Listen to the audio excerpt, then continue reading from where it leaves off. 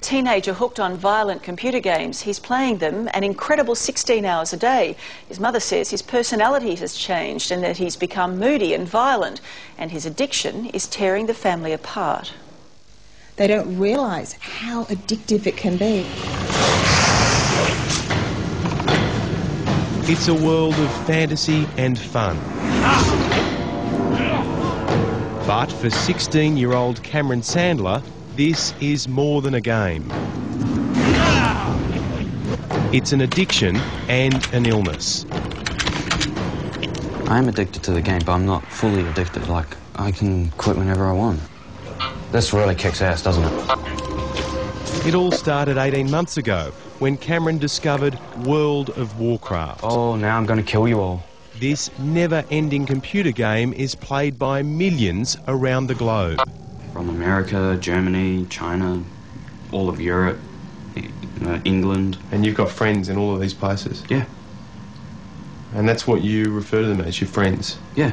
They play simultaneously for hours on end. Paul, when you're ready. Fighting and killing their enemies. I don't know why, just eventually got addicted to it. Cameron has up to 500 players on his team, known as a guild.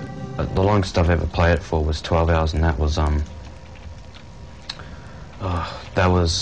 just because the guild wanted me on for that long. Oh, you took my kill. Why do you talk with an American accent when you're talking to these people? I don't know. It's probably like you move to a new country or something. You just end up picking it up. And that's not all he picked up. For f***'s sake. There's the tension and the violence. We get keyboards thrown around the room, or holes punched in the wall, or they'll go outside and smash bottles. Denise is Cameron's mum. He started off with this game for an hour, 2 hours, 2 hours turned into 4, 4 turned into 6, 6 turns into 12, and he's now into the snowball effect that he's got to play that game. Cameron is often up at 4 in the morning to begin playing. Sometimes he goes right through the night. His mum estimates that on average he's in front of that screen 16 hours a day. My choice to play it. My choice to be addicted to it. Cameron reckons he can stand up and walk away whenever he wants. But try telling that to his mum. Denise believes he's hooked. And just like an alcoholic, a smoker or a drug addict, getting off, beating the habit, is going to be an enormous challenge. Regardless of who's right and wrong in this household, experts are now warning that addiction to technology is becoming the fastest growing illness of the 21st century. No, his situation isn't rare at all. In fact, he's just the tip of probably a very undisclosed iceberg. Psychologist Edwina Cowdery and her colleagues are seeing more and more cases every day. The DSM-4, which is the Diagnostic Statistical Manual, basically it's the psychologist's Bible of all the things that we're meant to know about. It doesn't have internet addiction in it. I would suspect the next one does, because of the amount of internet addiction in various forms for various ages that we're starting to see. Do you regret discovering this game? Kind of. It's taken a lot of time away from me. I could have made up, going out, exploring some more, meeting new people, but other than that, no, because I've gone and explored inside the game. I've met new people inside the game.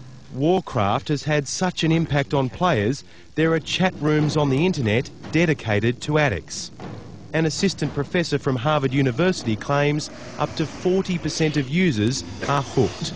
And in China, a gifted 13-year-old student killed himself after playing Warcraft for 36 hours straight. The boy left a suicide note saying he wanted to join the heroes of the game he worshipped. It's a fantasy world. A bit like a book, but a book ends. I don't want to live like this anymore. I really don't. You're right.